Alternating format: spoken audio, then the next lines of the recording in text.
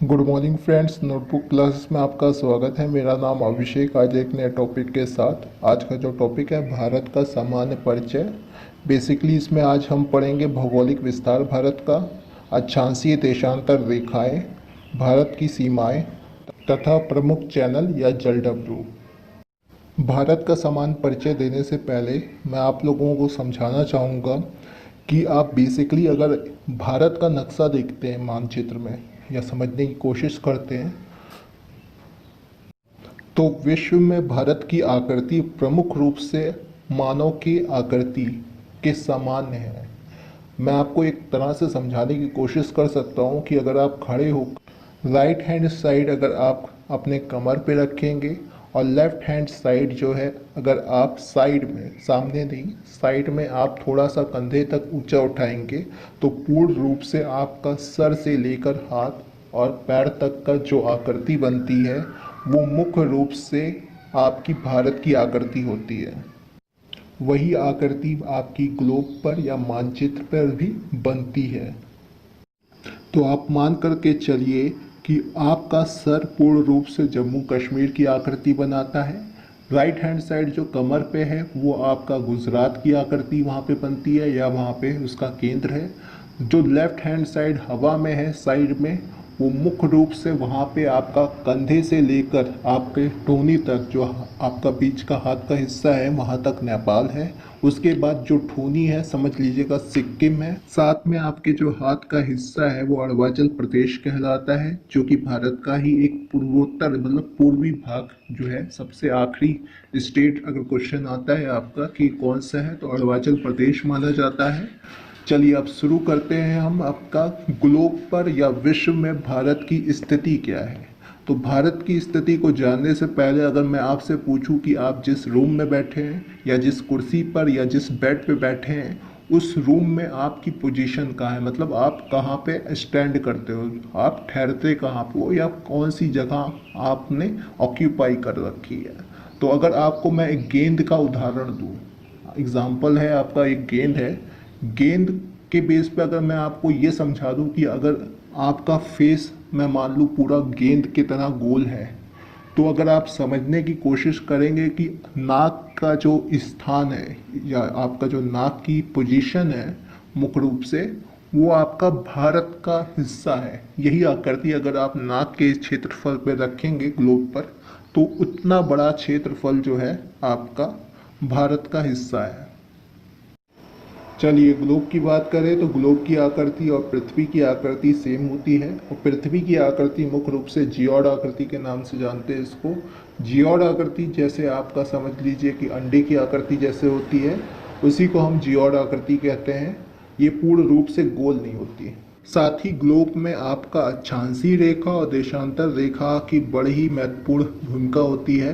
तो इसको हम समझेंगे कि अक्षांश और देशांतर होता क्या है और इसके ग्लोब पर क्या प्रभाव पड़ते हैं। अक्षांशीय रेखा की बात की जाए तो याद रखिएगा किसी भी ग्लोब का, जैसे आप एक एग्जांपल ले सकते हैं नींबू, जो कि आपका उसको आप बीच से कट करते हैं तो उसका एक नॉर्थ पोल होता है, एक साउथ पोल होता है, मतलब एक उत्तरी छोर और एक दक्षिणी छोर। आपका एक दूसरा एग्जांपल दे सकता हूं मैं कि आपके सिर का भाग, अगर आप अपने पूरी आकृति को गोल मान लीजिए तो आपका सिर का भाग और पैर का भाग, सिर के भाग को हम नॉर्थ पोलर कहेंगे और आपका पैर के भाग को हम साउथ पोलर कहेंगे। वहीं आपके कमर साइड से अगर काटा जाए तो आपका याद रखिएगा जो कमर से आपका अगर जैसे नींबू है उसको कट किया जाता है तो उसको हम विषुवत रेखा कहते हैं। याद रखिएगा इस चीज़ को। और यही विषुवत रेखा सबसे बड़ी अक्षांशीय रेखा कहलाती है।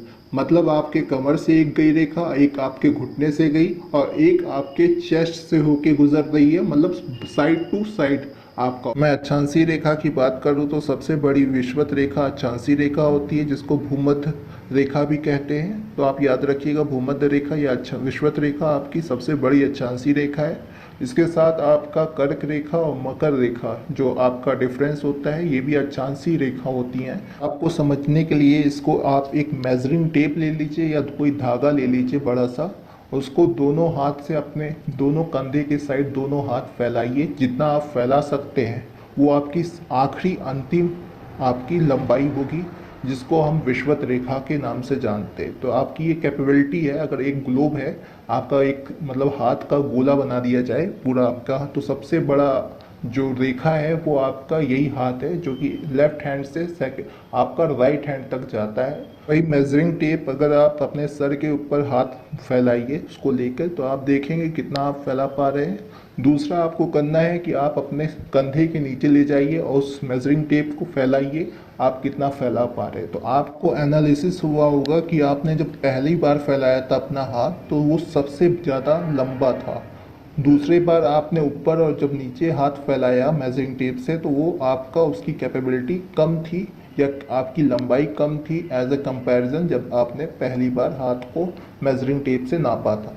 तो मैं यही समझाना चाह रहा था, जो आपका हाथ का हिस्सा था, फर्स्ट पार्ट जो था वो विषुवत रेखा था, जो इसकी सबसे ज़्यादा चौड़ लंबाई होती है। साथ में आपका जो आपने हाथ ऊपर रखा था, फैलाया था, उसको हम कर्क रेखा मानते हैं, जो 23 डिग्री एंड हाफ पे काटती है, अगर आपको एक ग्लोब मान लिया जाए। चलिए देशांतर की बात करें तो सबसे पहले आपको समझना होगा देशांतर रेखा ऊपर से नीचे तक जाती है, मतलब आपके सर से जमीन तक को एक काल्पनिक रेखा हम ग्लोब पर खींचते हैं, और एक देशांतर से दूसरे देशांतर के बीच में आपका तकरीबन 110 किलोमीटर का अंतर होता है। वैसे देशांतर रेखा की जो विशेषता है, इससे हम टाइम का निर्धारण करते हैं। खासकर एक देशांतर से दूसरे देशांतर में जाने के लिए सूरज की रोशनी को 4 मिनट लगता है। आपका यही क्वेश्चन उठता है कि 15 देशांतर की दूरी कितनी होगी एक देशांतर से दूसरे देशांतर में जाने के लिए, तो आपका होगा 90 मिनट। इसको हम इंटू कर देंगे, 4 इंटू 15 इजकल टू 90 मिनट का टाइम लगेगा हमको तकरीबन सूरज की रोशनी पहुंचने में एक देशांतर से 15 देशांतर के बीच में। तो एक यूनिट याद रखिएगा, एक देशांतर का जो टाइम है दूसरे देशांतर में जाने का वो 4 मिनट का है। चलिए अब हम जीरो अक्षांश और जीरो देशांतर की बात करते हैं, जिससे आपको पता चलेगा कि भारत पृथ्वी पर कहाँ पर स्थिर है। जीरो अक्षांश की बात करें तो ग्लोब जो है, गोला जो है आपका, उसका हाफ पार्ट जो होता है, एक उत्तरी भाग कहलाता है और एक दक्षिणी भाग। जैसे अगर आपका एक शरीर है ऊपर से नीचे, तो आपका कमर जो है एक ऊपरी हिस्सा कहलाता है और नीचे आपका दक्षिणी हिस्सा। उसी तरह ग्लोब में विषुवत रेखा जो है जीरो अक्षांशीय रेखा कहलाती है। यहाँ से हम शुरुआत करते हैं अक्षांश रेखा से। तो कमर के ऊपर के भाग को कहेंगे हम उत्तरी अक्षांश और कमर के नीचे के भाग को कहेंगे दक्षिणी अक्षांश। तो भारत की जो स्थिति है वो उत्तरी अक्षांश या उत्तरी गोलार्ध में, मतलब आपका हाफ सर्कल अगर कर दें ग्लोब पर, तो आपका उसकी स्थिति जो है, भारत जो है, अगर आपका कमर विषुवत रेखा मान लें तो मुख्य रूप से भारत की जो स्थिति है वो आपके चेस्ट के पास में, मतलब आपका जो सीना शुरू होता है, तो भारत उस स्थान पर है जी। भारत विषुवत रेखा से उत्तरी गोलार्ध में 876 किलोमीटर दूरी पे है। तो आपको ये याद रखना होगा ज़रूर कि भारत उत्तरी अक्षांश में है या उत्तरी गोलार्ध में है। अब जीरो देशांतर की बात करते हैं। देशांतर की बात करूँ तो मैं आपके फेस का एक एग्जांपल देना चाहूँगा कि आपका फेस एक ग्लोब आकृति का है या गोल आकृति का है, और आपको ये समझना होगा कि देशांतर रेखा जो है वो ऊपर से नीचे की तरफ जाती है, जिसको हम देशांतर रेखा कहते हैं। अब मेरे को आपके फेस पे जीरो देशांतर डिसाइड करना है, तो हम एक मिडिल पॉइंट पकड़ेंगे या मिडिल एरिया पकड़ेंगे, जहाँ से हम निश्चित कर सके कि कहाँ से हमने शुरुआत की है। तो मिडिल एरिया अगर आपके, मैं कह दूँ कि दोनों जो आपकी एब्रो है या भौं है, उसके मध्य जो आपका नाक के ऊपर पॉइंट है, इसको हम जीरो देशांतर समझ लें।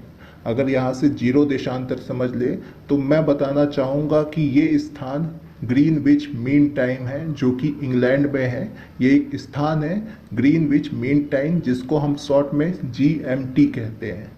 साथ ही मैं समझाना चाहूँगा कि पृथ्वी अपने कक्ष पर रोटेशन पश्चिम से पूरब की दिशा में करती है। मैं एक एग्जांपल दूंगा कि अगर आप अपने लेफ्ट साइड में घूमना शुरू करें, अपने जहाँ पे बैठे हैं या जहाँ पे खड़े हैं वहीं से अपने एक्सिस पे घूमना शुरू करें, तो आपका लेफ्ट पार्ट जो है सबसे पहले आएगा। तो लेकिन जो राइट पार्ट है वो बाद में उस स्थान पे आएगा जहाँ से आप घूमना शुरू किए थे। तो मैं ये समझाना चाहूँगा, मैं इसी को समझाऊं कि अगर जीरो देशांतर जो है आपकी दोनों एब्रो के मध्य में है तो भारत की स्थिति इस वक्त आपके कान के पास में है। मतलब भारत जो है वो जीरो देशांतर से तकरीबन आपका 5.5 घंटा पूर्वी देशांतर आगे है ग्रीनविच मीन टाइम से। अब मैं समझाऊंगा, अगर आपको ये याद रखना है कि ग्रीनविच मीन टाइम आपके भौ के पास है और भारत की स्थिति कान के पास में है, तो मैं आपको ये आगे समझाना चाहता हूँ कि पृथ्वी पश्चिम से पूर्व की दिशा में रोटेट करती है। पहले तो ये आपको क्लियर रखना है। इस वजह से आपको अपना लेफ्ट हैंड साइड पूरब मानना है और राइट हैंड साइड को पश्चिम मानना है। तो पृथ्वी पूरब दिशा में घूमती है, तो यहाँ से आपको समझना होगा कि अगर आप लेफ्ट दिशा में रोटेट करते हैं अपने ही एक्सिस पे, तो सबसे पहले सवेरा पूरब दिशा में होगा। तो ये आपको दिमाग में रखना है कि अगर आपका फेस है वो रोटेट करता है पश्चिम से पूरब की दिशा में, तो पृथ्वी पर भारत की जो स्थिति है वो कान के पास है। और पृथ्वी जब रोटेट कर रही है पश्चिम से पूरब की दिशा में, तो सूरज की रोशनी सबसे पहले कान पे पड़ेगी आपके। साथ ही आपके भौ के पास का जो एरिया है वहाँ सवेरा या उजाला बाद में होगा। तो यही क्वेश्चन उठता है कि भारत में 5.5 घंटे पहले सवेरा हो जाता है as a comparison Greenwich mean time, जो कि इंग्लैंड में है। आपको ये समझ में आ चुका होगा। अब हम चलते हैं भारत की स्थिति ग्लोब पर क्या है, अक्षांश और देशांतर से नापते हैं और उसका क्षेत्रफल समझते हैं। साथ में ही हम उनकी सीमाएं और अन्य चीज़ें देखते हैं। मैंने आपको पहले बता दिया है कि भारत की स्थिति उत्तरी गोलार्ध में है। साथ में देशांतर की बात करें तो मैंने आपको एक चीज़ बताई थी कि आपका लेफ्ट पार्ट जो होगा वो पूर्वी कहलाएगा और राइट हैंड साइड आपका पश्चिमी कहलाएगा। तो 0 डिग्री देशांतर अगर देखा जाए तो भारत क्या है, ग्रीनविच मीन टाइम एब्रो से आपका कान जो है वो लेफ्ट साइड में पड़ता है। इसका मतलब ये हुआ कि भारत जो है वो पूर्वी देशांतर में है। तो ये आपका बहुत इंपॉर्टेंट है कि पूर्वी देशांतर और उत्तरी अक्षांश में भारत की स्थिति है। चलिए अब भारत की स्थिति को हम अच्छे से समझते हैं। तो पहले पोजीशन आपको याद होगी कि अगर आप खड़े होकर राइट हैंड साइड कमर पे रखते हैं तो आपका कंधा थोड़ा सा खुलेगा और बाद में कमर पे आपका हाथ रहेगा। साथ में ही अगर लेफ्ट हैंड साइड को आप अपने बाजू के साइड में ही उसको हाथ उठाएंगे और थोड़ा सा पंजा जो है आप मोड़ लेंगे तो वो अरुणाचल प्रदेश कहलाएगा आपका पंजे का पार्ट। साथ ही बता दूं, आपने जो कमर पे हाथ रखा है उसके पंजे को अगर आप बाहर की दिशा में खोलेंगे तो आपका जो कोनी है राइट हैंड साइड का, उससे थोड़ा आगे अगर वो पंजा निकल जाता है तो वो गुजरात कहलाएगा। अब मैं 4 डायरेक्शन बताऊंगा पोजीशन क्या है। पहला है कि पश्चिमी दिशा में आपका जो गुजरात है वो सबसे आखिरी स्टेट कहलाता है और आपका सर जो है वो जम्मू कश्मीर कहलाता है। लेफ्ट हैंड साइड का जो पंजा आपका मुड़ा है बगल में वो अरुणाचल प्रदेश कहलाता है और नीचे में आपका केरल पार्ट जो है वो अंतिम है, जो आपका पंजा है वो केरल के एरिया के साइड में है, वो आपका दक्षिणतम बिंदु कहलाता है। तो आपको ये याद रखना है, उत्तर में जम्मू कश्मीर, पश्चिम में आपका गुजरात, पूरब में आपका अरुणाचल प्रदेश और दक्षिण में केरल का हिस्सा होता है। मैं उत्तरी बिंदु, दक्षिणी बिंदु, पश्चिमी बिंदु, पूर्वी बिंदु को डिफाइन करता हूं। तो आप उत्तरी बिंदु से देखते हैं कि उत्तरी बिंदु जो है आपका जम्मू कश्मीर, जो कि आपका सर का भाग है। याद रखिए पाक अधिकृत कश्मीर जिसकी बात हम करते हैं वो मुख्य रूप से आपके जितने भी बाल हैं, जितना भी आपका बाल का एरिया शुरू होता है तो समझ लीजिए वो पाक अधिकृत कश्मीर है।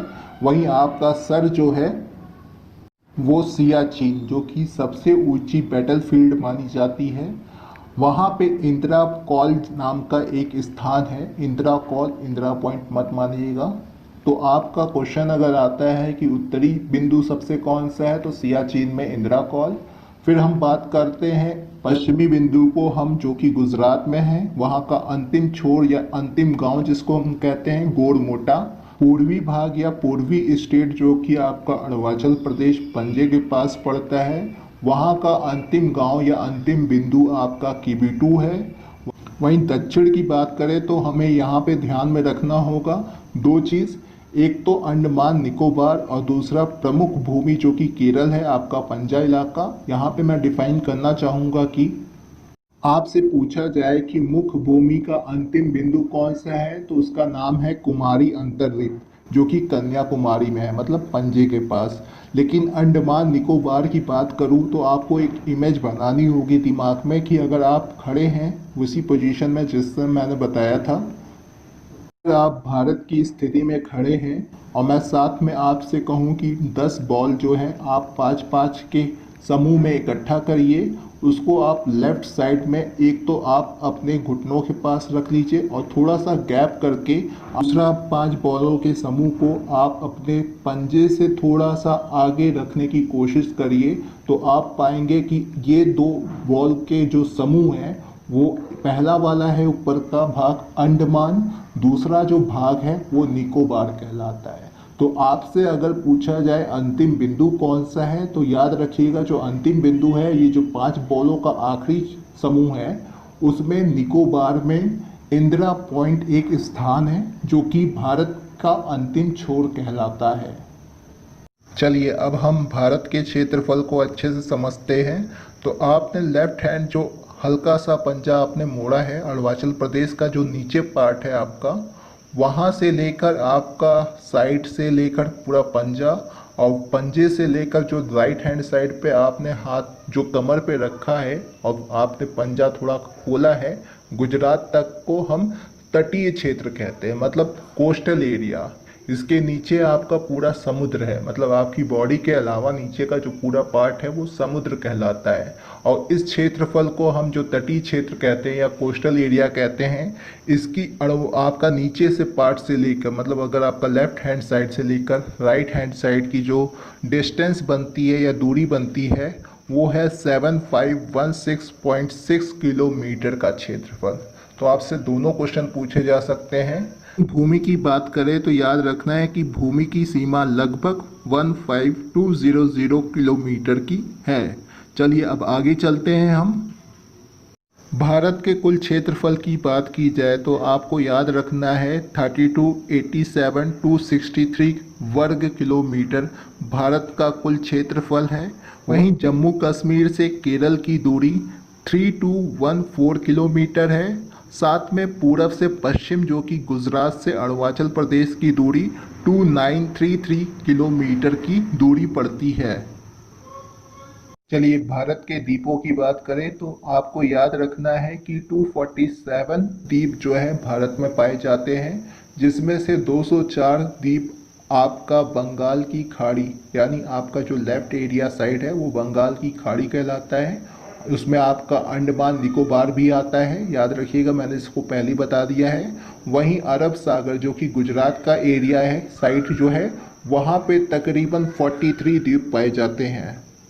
द्वीपों के बाद जो क्वेश्चन आपसे पूछे जाते हैं वो है जल संधि या जल डमरू या चैनल। तो हमको आपको याद रखना होगा कि आपका मैंने एक समूह पहले ही बना दिया है जिसको अंडमान और निकोबार कहते हैं। दूसरा समूह आपको 3 गेंद लेनी है जिसको आपको राइट हैंड साइड जो कि अरब सागर है वहाँ पे रखना है। तो पहले ऊपर की गेंद को हम कहेंगे लक्षद्वीप, दूसरे गेंद को कहेंगे मिनिकॉय और तीसरे को मालदीव। आपको बार बार ये याद रखना है कि 3 गेंद लेना है, आपको राइट हैंड साइड यानी अरब सागर के साइड में रखना है।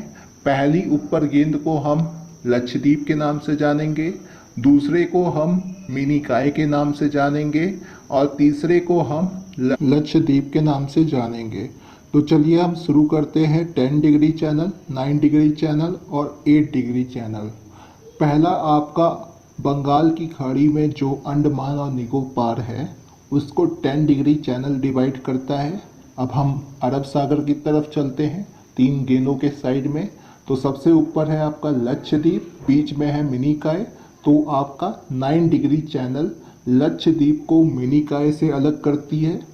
सीमा है ये आपका समुद्री सीमा जो कि अलग करता है या सीमा का निर्धारण करता है। वहीं दूसरा है मिनिकॉय और मालदीव जिसको 8 डिग्री चैनल डिवाइड करते हैं। आपके क्वेश्चन बार बार पूछे जाते हैं 10 डिग्री चैनल किसको विभाजित करती है, तो अंडमान निकोबार को। 9 डिग्री चैनल किसको डिवाइड करती है? तो याद रखिएगा लक्षद्वीप मिनिकॉय को, जो कि दोनों ही भारतीय सीमा के अंतर्गत हैं। वहीं मालदीव जो दूसरा देश है, 8 डिग्री चैनल मिनिकॉय और मालदीव को अलग करती है। लास्ट है आपका ग्रेट चैनल, जिसको हम समझेंगे। तो ग्रेट चैनल की बात करें तो याद रखिएगा अंडमान और निकोबार, जो कि अंतिम बिंदु हमारा निकोबार है, जिसको इंदिरा पॉइंट के नाम से जानते हैं। उसके बाद आपका द्वीपों का समूह शुरू हो जाता है, वो दूसरा देश है इंडोनेशिया। तो यही से क्वेश्चन आपका उठता है कि ग्रेट चैनल का निर्धारण या कौन सी सीमा, समुद्री सीमा निर्धारित करता है? तो याद रखिएगा या तो कभी ऑप्शन रहेगा इंदिरा पॉइंट और इंडोनेशिया, या रहेगा निकोबार और इंडोनेशिया को अलग करने के लिए ग्रेट चैनल बनाया गया है या सीमा का निर्धारण किया जाता है। इसके साथ पाक जलडमरू की बात करें तो याद रखिएगा कि पाक जलडमरू भारत और श्रीलंका के मध्य है, जो कि आपका पंजा है, केरल का अंतिम छोर। और श्रीलंका को विभाजित करने के लिए पाक जलडमरू संधि की गई है, जिसको हम बार बार क्वेश्चन आता है तो उसमें आपका रहेगा श्रीलंका और भारत को अलग करती है। अब हम चलते हैं स्थल सीमा की साइड। स्थल सीमा आपको याद रखिएगा कि भारत राइट हैंड साइड पे आपका कमर से लेकर आपके सर तक का एरिया पाकिस्तान से सीमा बनाता है, जिसको हम रेड क्लिफ के नाम से जानते हैं। दूसरा आपका सर से थोड़ा सा हिस्सा डूरेंट लाइन, जो कि अफगानिस्तान माना जाता है। और लेफ्ट हैंड साइड का इलाका जितना भी है आपके सर से थोड़ा कंधे तक, उसके बाद ठोनी से लेकर आपके पंजे तक अरुणाचल प्रदेश तक आपका चीन का। इसको अच्छे से समझेंगे। आपका सर का जो भाग है, पहले तो कश्मीर देखेंगे।